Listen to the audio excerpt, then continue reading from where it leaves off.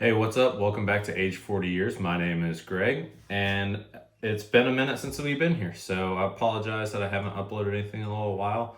I've been a little busy. Had a lot going on with work. I've mentioned before that my daughters play soccer, so we're doing that just about every weekend.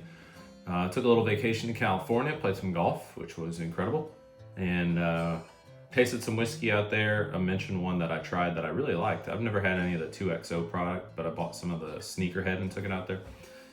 Ended up being pretty good. So I shared it with a couple friends and I liked it. But that's not why we're here. That's not why we're here. Today, we are here to do a tasting of another Buffalo Trace product. This is their second mash bill. And this is Elmer T. Lee, single barrel sour mash. So this is kind of one of the, I don't want to say original single barrels, but it's one of the single barrels, or at least when this came out, single barrels were a whole lot less popular. And so it allowed Elmer T. Lee to kind of find a niche with Buffalo Trace with this product. And, I had not had this until January.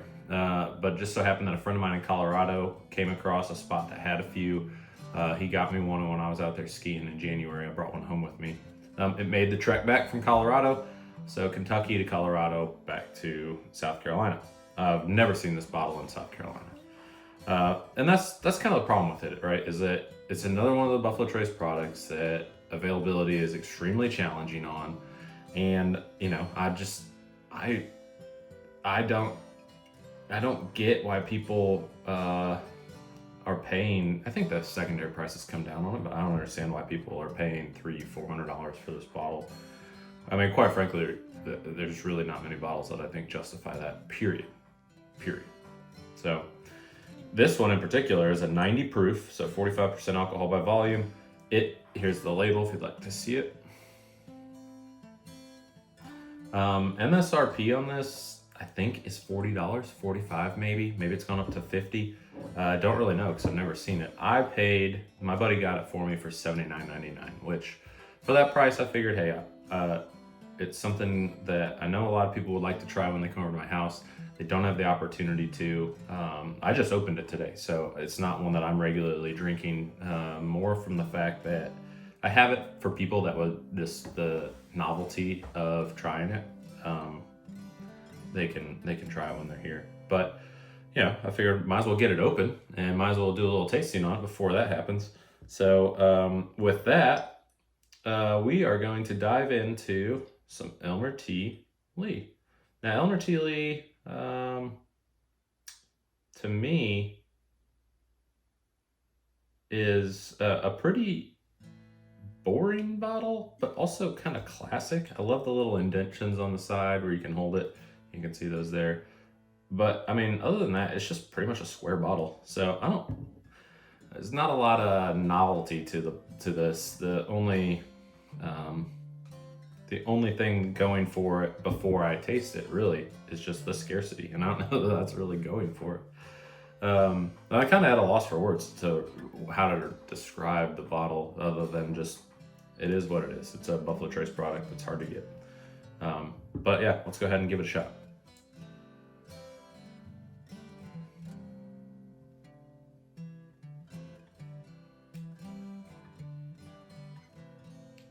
Well, I like that nose quite a bit.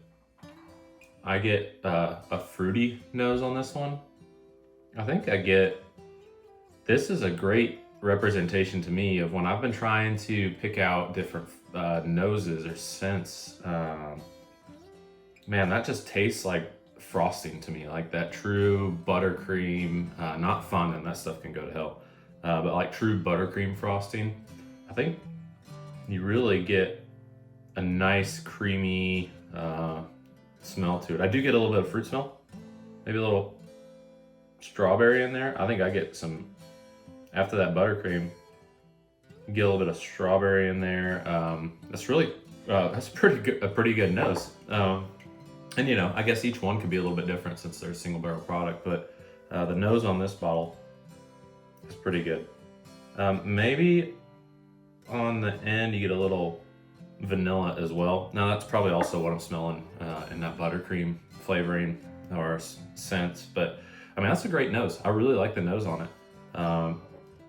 you get no alcohol or ethanol smell. Now I wouldn't really expect to, given that it's a 90 proof product. But I mean, that thing's not punching you in the nose by any means. And so, yeah, nose, I'll give it a thumbs up. That's a pretty good nose. Well done. All right, try it on the palate.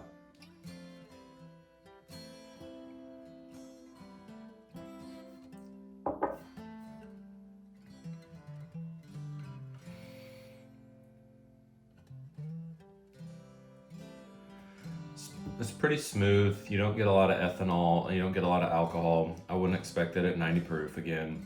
I don't really get that buttercream palate transitioning to the nose, or to the the buttercream on the palate in a transition from the nose.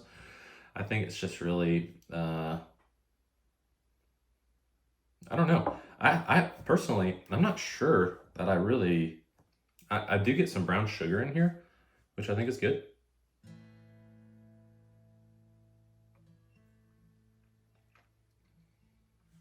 It's light.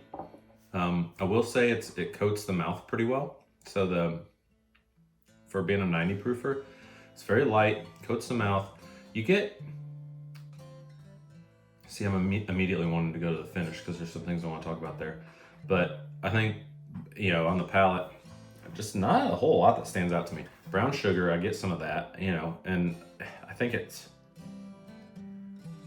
so light that, again, I think that this bottle would really benefit from being a boosted proof. I don't know, a 100 proof or 105 or 110 Elmer T might be pretty exceptional. Maybe that exists. Maybe they've done that version of that. But I just personally, I'm not getting a whole lot there. Now, on the finish, there's some astringency there, which I've struggled with what that term is in the bourbon world, but I get it with this bottle. It's a little bit of just kind of like an off flavor on the palate or on the finish that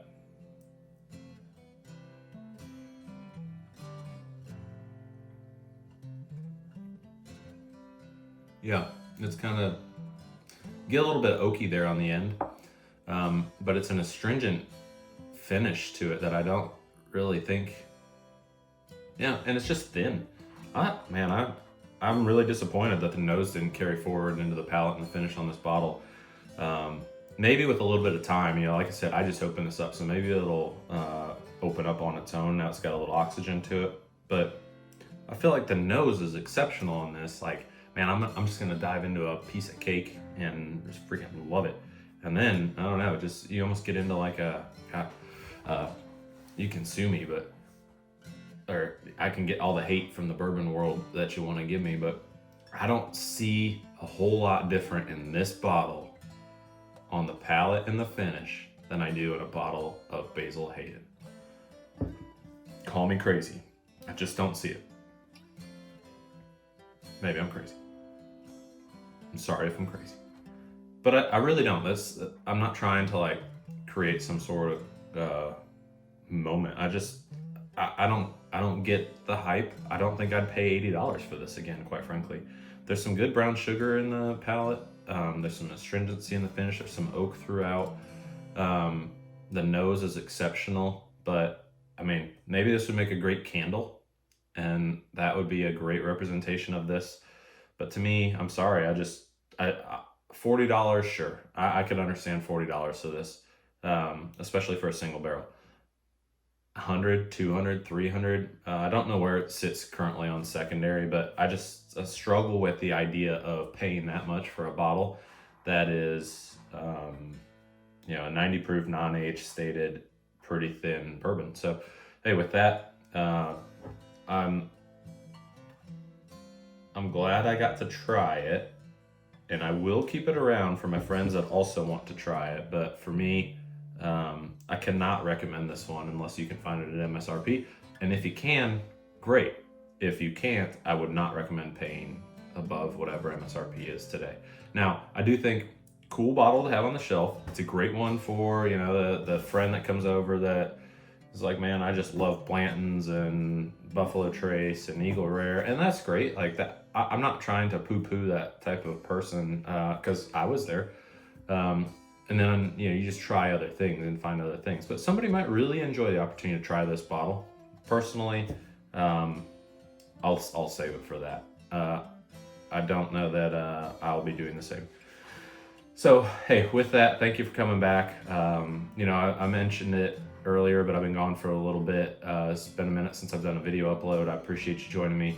I do want to mention that, and I should have done it at the top of the video, but please, one thing I've learned through this is that you liking a short or a reel or whatever the hell they're called on YouTube, you commenting, it doesn't, I'm not making any money off of this. There's no financial gain for me, but what it does do is it brings more people to the channel so that I can have more interaction with more people, which is what I got into this for. So I would really appreciate if you would like the video, if you would subscribe to the channel.